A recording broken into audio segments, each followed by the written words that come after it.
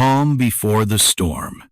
For centuries, the vast steppe stretched endlessly beneath the heavens, a land where the sky and earth met in an eternal dance. This was the home of the Turkic tribes, fierce warriors and nomads bound by the will of Tengri, the sky god. As twilight bathed the land in golden hues, the camp of the great tribe stood at peace. Warriors sat around the fire, sharpening their swords, their laughter echoing through the crisp night air. Mothers stirred large pots, their voices weaving songs of tradition. Children played among the yurts, their innocent joy untouched by the burdens of war. Seated by the largest fire was the chief, a man of great wisdom and strength. His thick black beard, streaked with silver, moved with the wind. His iron-plated chest armor reflected the flickering flames. Beside him sat his son, a young boy of no more than 10 winters. He listened intently to the stories of the elder, who spoke of Tengri and the destiny written in the stars. "Look up, child. The sky tells our fate.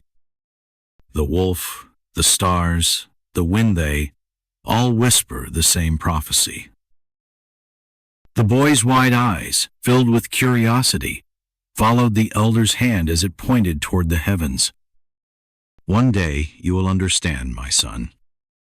One day you will walk the path of the ancestors." The night was serene. A wolf howled in the distance, silhouetted against the full moon.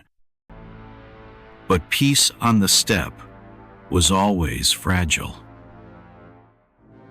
The shadow on the hills. Then the wind shifted. The fires flickered. Shadows danced wildly upon the tents. A dark figure appeared atop a distant hill, barely visible against the night. The chief's eyes narrowed. He knew that peace was an illusion. A warrior stood suddenly, his sword gleaming in the firelight. "Something is coming." Before anyone could speak, a flaming arrow streaked across the sky, its glow reflected in the eyes of the terrified boy. It struck the first tent.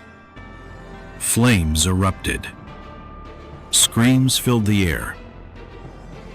The Rouran had come. The Rouran attack. From the darkness, they came Rouran warriors in blackened steel armor, their banners slicing through the night. Flaming arrows rained down, igniting the yurts, one by one. The Turkic warriors leaped to their feet, drawing their curved swords, meeting the enemy head-on. The chief roared, raising his sword high. "To arms! Protect the tribe!" The boy stood frozen as chaos erupted around him. A warrior fell, struck by an arrow. Another fought desperately, outnumbered. The elder clutched his staff, whispering a prayer to Tengri. Then, the chief turned to his son, his eyes filled with sorrow. "Run, my son! Run!" The boy's escape. Tears streamed down the boy's face as he ran through the burning village, dodging debris and fallen warriors. He ran past his people, past the only life he had ever known, until only the endless steppe remained before him. Behind him, the camp was consumed by fire. His father stood among the warriors, sword raised, facing the Rouran horde.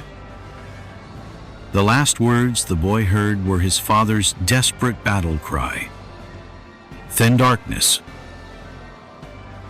Found by the she-wolf Asena, the child ran until his legs gave out. He collapsed near the icy river, his body trembling, his breath shallow.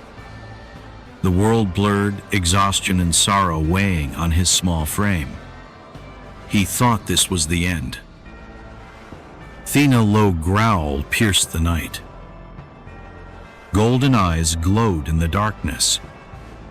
A massive she-wolf emerged from the shadows, her fur gleaming like silver beneath the moonlight.